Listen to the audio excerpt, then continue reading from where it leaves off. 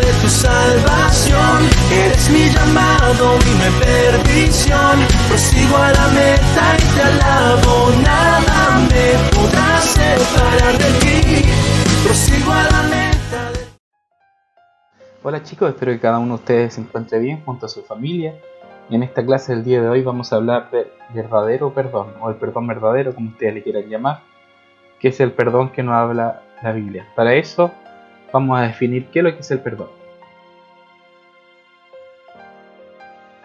Bueno, según la Real Academia Española, el perdón viene de la traducción o quiere decir el dicho de quien ha sido perjudicado por ello, remitir una deuda, una ofensa, una falta o un delito, otra cosa. Todos sabemos, ya es mucho más claro. Según el hebreo bíblico también tiene esa connotación. Se traduce del hebreo selach. El verbo se encuentra 46 veces en el Antiguo Testamento y no tiene un significado propio como quizás la Real Academia Española, pero sí se puede traducir como rociar, verter, propiciar o expiar. ¿Por qué quiere decir esto? Ustedes se pueden preguntar, que es muy distinto el significado del uno del otro. Es porque en el Antiguo Testamento, para pagar la ofensa o los pecados, en el Antiguo Testamento se hablaba de hacer un sacrificio. Por eso está relacionado con el expiar o propiciar. Se entregaba algo a cambio del perdón. Pero vamos a contextualizar según una historia bíblica que trata de lo siguiente. Esta historia lleva como título Los dos deudores. Y esta historia se encuentra en el libro de Mateo, capítulo 18, versículos de 23 al 35. Vamos a leer lo que nos quiere decir la palabra del Señor y vamos a reflexionar y vamos a desmenuzar estos versículos bíblicos. El libro de Mateo, capítulo 18, del 23 al 30 dice lo siguiente: Por lo tanto, el reino del cielo se puede comparar a un rey que decidió poner al día las cuentas con los siervos que le habían pedido prestado dinero. En el proceso le trajeron a uno de sus deudores que le debía millones de monedas de plata. Imagínense, millones de monedas de plata. No podía pagar, así que su amo ordenó que lo vendiera, junto con su esposa, sus hijos y todo lo que poseía para pagar la deuda. El hombre cayó de rodillas ante su amo y le suplicó: por favor, tenme paciencia y te lo pagaré todo. Entonces el amo sintió mucha lástima por él y lo liberó y le perdonó la deuda. Pero cuando el hombre salió de la presencia del rey, fue a buscar a un compañero, también siervo, que le debía unos pocos miles de monedas, no tanto como el primero, ¿cierto?, de plata. Lo tomó del cuello y le exigió que le pagara de inmediato. El compañero cayó de rodillas ante él y le rogó que le diera un poco más de tiempo. Ten paciencia conmigo y yo te pagaré, le suplicó. Pero el acreedor no estaba dispuesto a esperar, hizo arrestar al hombre y lo puso en prisión hasta que le pagara toda la deuda. Seguimos con el libro de Mateo ahora del 31 al 35. Dice lo siguiente: cuando algunos de los siervos vieron eso, se disgustaron mucho, fueron ante el rey y le contaron todo lo que había sucedido. Entonces el rey llamó al hombre que le había perdonado y le dijo: siervo malvado, te perdoné esa tremenda deuda porque me lo rogaste. ¿No deberías haber tenido compasión de tu compañero, así como yo tuve compasión de ti? Entonces el rey, enojado, envió al hombre a la prisión para que lo torturaran hasta que pagara toda la deuda. Eso es lo que le hará mi Padre Celestial a ustedes si se niegan a perdonar de corazón a sus hermanos. En esta historia bíblica, ¿cierto?, tenemos un rey, tenemos dos personas deudores, ¿cierto?, y tenemos el perdón y el castigo de uno y el otro. Vamos a ver un poco y vamos a desmenuzar estos versículos para hablar de este verdadero perdón que nos habla la Biblia. Primero, en estos versículos, ¿cierto?, tenemos la historia del rey y los dos deudores. ¿Quién narra esta historia? Lo narra Jesús, ya, para que tengamos en cuenta eso. Primer punto: el rey hace cuentas con sus siervos.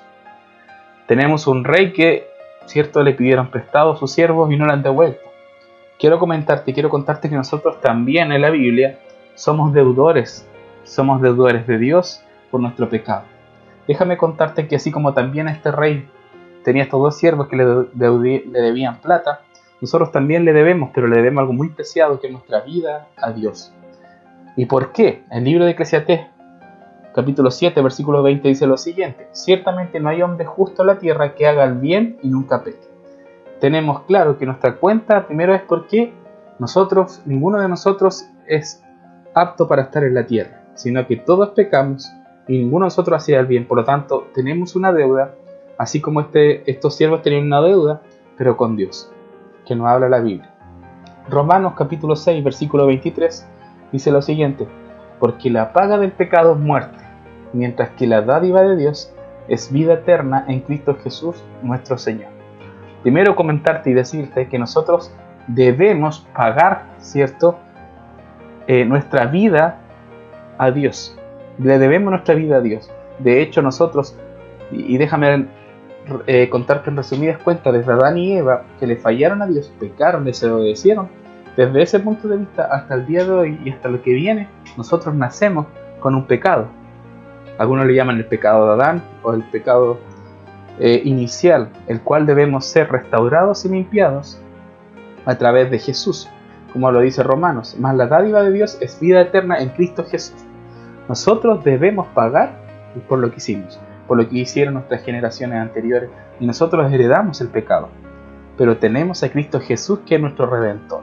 Por lo tanto, nosotros estamos igual que estos siervos que le debemos algo, pero ese rey en la Biblia es narrado como nuestro Dios. Él es nuestro rey y nosotros le debemos a Él desde antes de nuestro nacimiento. El libro de Romanos, capítulo 32, versículo del 3 al 24, lo resume. Dice: pues todos han pecado y están privados de la gloria de Dios. ¿Qué quiere decir? Están privados de tener una relación con Dios, de poder acercarnos a nuestro Dios. Pero, deja en claro Romanos, por su gracia, son justificados gratuitamente mediante la redención que Cristo Jesús efectuó. Aquí quiero hablarte un poco y decirte que nosotros tenemos este perdón verdadero, un perdón de corazón, porque nosotros todos hemos pecado. Tú y yo que estás viendo esto, quizás tú vas a la iglesia, quizás no. Todos tienen pecados y todos pecamos todos los días.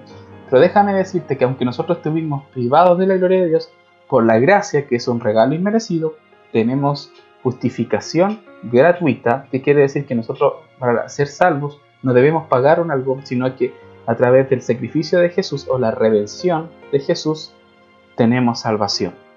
Y déjame decirte que nosotros debemos perdonar primero porque Jesús nos perdona a nosotros. No hay algo peor que podamos hacer nosotros que no merece el perdón de los demás, sino que Cristo ya pagó el precio por nosotros. Somos justificados, somos perdonados por Jesús. El libro de Romanos capítulo 5 versículo 8 dice lo siguiente: pero Dios muestra su amor por nosotros en esto, en que cuando todavía éramos pecadores nosotros. Si ustedes se fijan en la Biblia, nos habla mucho de esta reconciliación que tuvo Dios con el mundo, a pesar de haber pecado a través de Jesús. Jesús llegó a la tierra con un propósito, que era darnos perdón a ti y a mí para con Dios. O sea, reconciliarnos a nosotros con Dios. Muy importante, ya que a través de Jesús nosotros tenemos acceso al Padre y tenemos salvación. Así como puedes ver la historia, ¿cierto?, recordando que este rey perdonó, ¿cierto?, a uno de sus siervos, a pesar de que le debía mucho dinero, millones de monedas de plata, el rey lo perdonó. Pero hubo algo de por medio. Para haber perdón tiene que haber razonar, tiene que haber conciencia de lo que hacemos. Si tú no eres consciente de que tú eres pecador y que tú le faltaste, que tú le fallas a Dios, ¿cómo tú puedes perdonar y pedir perdón al Señor? Primero, para poder tener perdón tiene que haber conciencia de lo que tú haces y entender qué es lo que es la salvación, como lo dice el libro de Romanos. Efesios 4, 31 y 32 dice lo siguiente: quítense de vosotros toda amargura, enojo, ira, gritería y maledicencia y toda malicia. Antes sed benignos, ser buenos unos con otros, misericordiosos, perdonándonos unos a otros, como Dios también os perdona a vosotros en Cristo. Muy importante, y aquí quiero tocar algo. ¿Qué dice este versículo, cierto? Quítense de vosotros toda amargura, enojo, ira, gritería, malicia, sino que hay ser buenos y perdonarnos unos con otros. Quizás a ti que estás viendo este video, ¿te ha costado perdonar alguna vez? ¿Te ha costado perdonar algo que quizás una persona te ha dañado demasiado? Y tú dices: yo no puedo perdonar a esa persona, me cuesta mucho perdonar. Pero aunque tú no lo creas, ese que te cuesta perdonar no eres tú, sino que es tu carne. Porque Dios a nosotros nos llama, ¿cierto?, a perdonar. La Biblia nos habla desde el Antiguo Testamento hasta el Nuevo Testamento hubo perdón. ¿Y cómo? Si Dios me perdona a mí, ¿cómo yo no puedo perdonar a mi hermano de lo que hizo? El no perdonar trae consecuencias, que lo vamos a ver más adelante. Dios nos manda en su palabra a ser buenos unos con nosotros, a ayudar al misericordioso, a tener misericordia, pero sobre todo a quitarnos todo eso que no nos deja avanzar en nuestra vida, que nos amarga, ¿cierto? Que nos causa enojo, que nos causa ira, y que coloca maldad en nuestro corazón. También déjame decirte como punto 3 que somos llamados a perdonar, justamente hablando en el punto anterior, dice Colosenses 3:13, de modo que se toleren unos a otros y se perdonen. Si alguno tiene queja contra otro, así como el Señor los perdonó, perdonen también ustedes. Si ustedes se fijan, estos versículos aparecen en varias partes de la Biblia. Dios es muy enfático en que tenemos que perdonarnos los unos a los otros.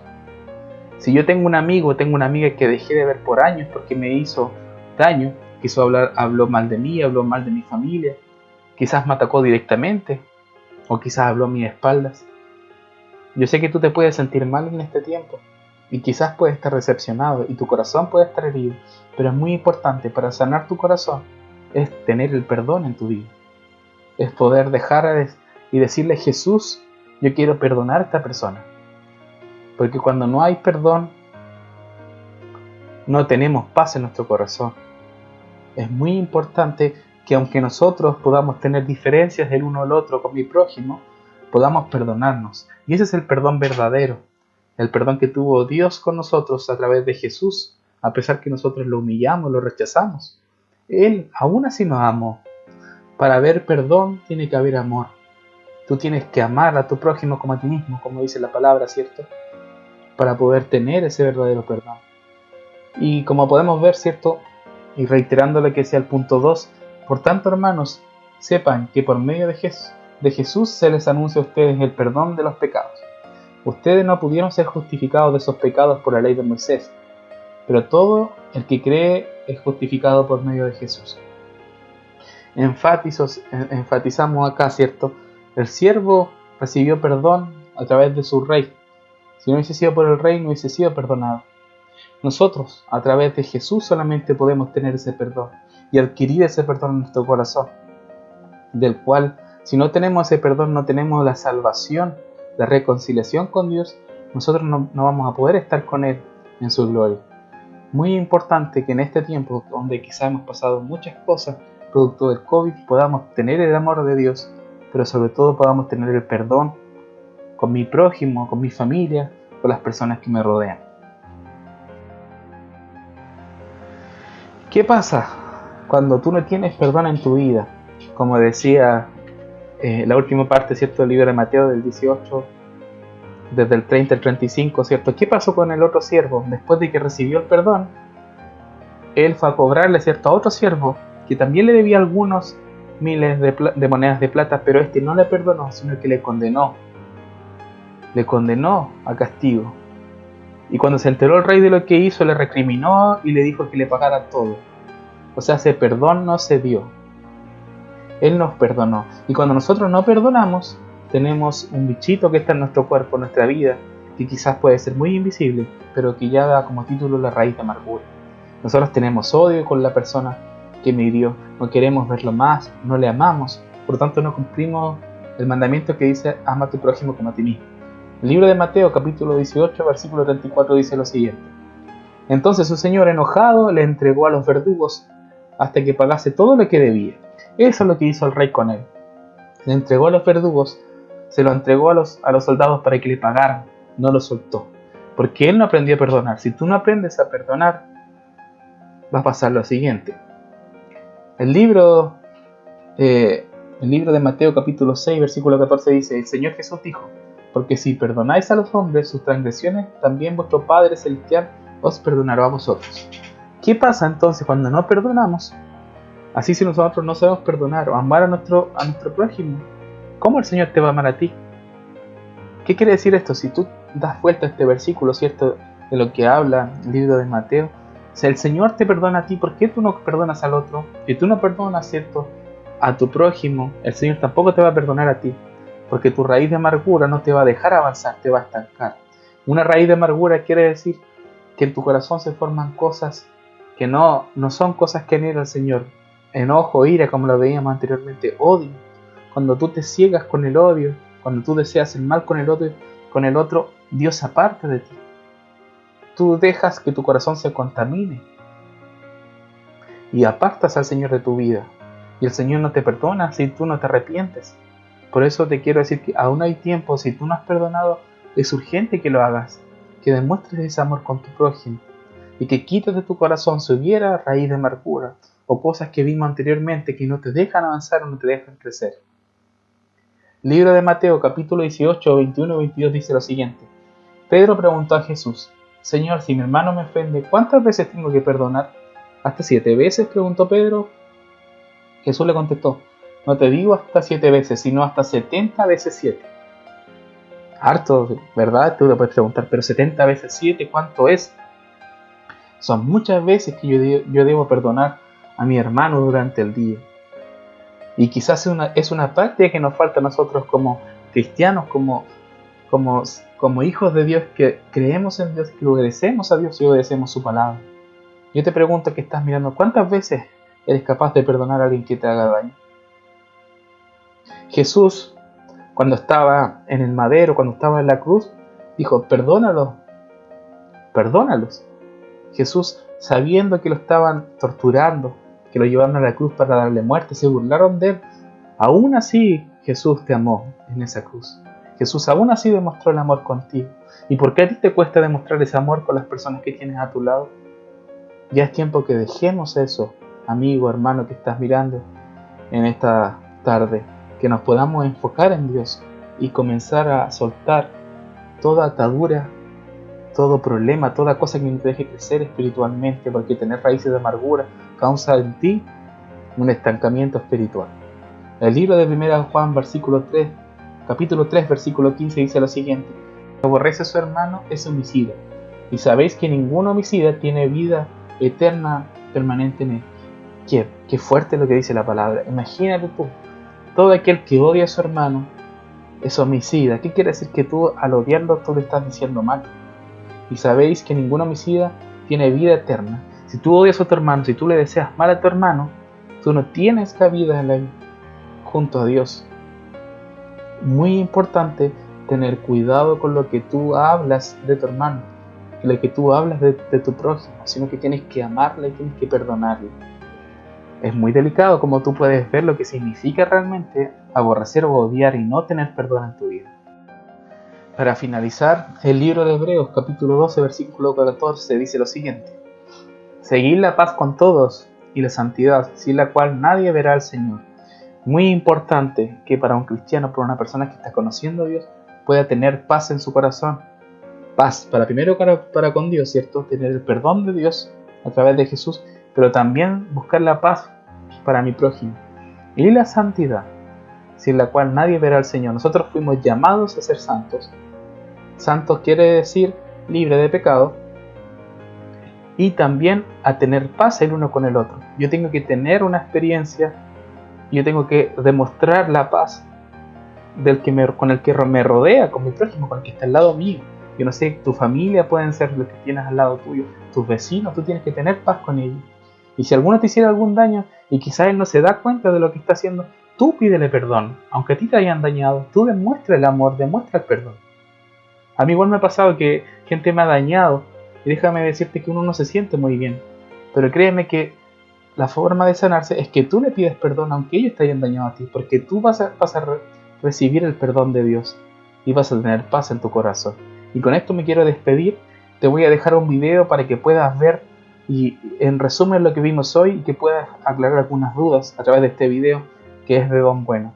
Que tengas un excelente fin de semana, una semana muy bendecida, que el Señor te bendiga. Un abrazo. Es Don Bueno. ¿Crees que eres bueno? No has conocido a Don Bueno. Don Bueno es muy bella persona. Trato de hacer lo correcto. Él es tan bueno que si las buenas personas van al cielo, él sería el primero en la fila. No es para tanto. Don Bueno, ¿has guardado los 10 mandamientos? ¿Te importa si vemos algunos? Claro que sí. Vamos a ver así. ¿Qué tan buena persona eres? Oh, pues sí. Aquí hay uno. No mentirás. ¿Alguna vez has dicho alguna mentira? Oh, pues sí, ¿quién no? ¿Cómo llamas a alguien que dice mentiras? Mentiroso. Veamos otro mandamiento. No robarás. ¿Has robado algo aunque sea una vez? No, pero me acabas de decir que eres un mentiroso. Bueno, robé algunos dulces cuando era niño. ¿Y cómo llamas tú a alguien que roba? Ladrón. Probemos otro mandamiento. No cometerás adulterio. Ese es fácil. Nunca he engañado a mi esposa. Hola, guapo. ¡Oh, nena! Jesús dijo que si ves a una mujer con deseo, has cometido adulterio con ella en tu corazón. ¿Sí? Uno más. No utilizarás el nombre del Señor tu Dios en vano. ¿Alguna vez has utilizado el nombre de Dios sin respeto? ¡Oh, Dios trip! Eso, señor Don Bueno, se llama blasfemia. Dios te ha dado la vida y todo lo que tienes, y tú lo has arrastrado por los suelos. Don Bueno, has admitido que eres mentiroso, un ladrón, un blasfemo y un adúltero de corazón. Y son solo 4 de los 10 mandamientos. Sí, no soy perfecto. De hecho, es peor que eso. Supongamos que ponemos un chip en tu cerebro y que este grabará todos tus pensamientos por una semana entera. Y después los pusiéramos en una pantalla gigante para que todos tus amigos y familiares los vieran. ¡No! ¡Sería vergonzoso! La Biblia dice que Dios sabe todo, incluyendo los pensamientos secretos de tu corazón. Momento. Comparado a otras personas, yo soy santo.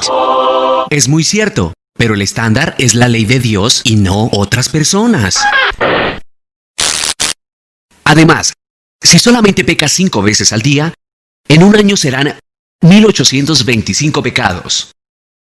Si llegas a los 70 años, habrás roto la ley de Dios más de 127,000 veces. Tendrás que dar cuenta por cada pecado en el día del juicio del que la Biblia dice, cada uno dará cuentas a Dios de sí mismo. Dios me perdonará, ¿verdad?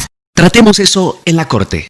Ya sé que me la paso rompiendo la ley, pero bueno, ¿no podrías pasármela esta vez? Solo un juez corrupto aceptaría eso. Un buen juez diría: la justicia demanda que pagues por tus crímenes. Dios no es juez corrupto. Él es un juez santo y justo. Odia el pecado.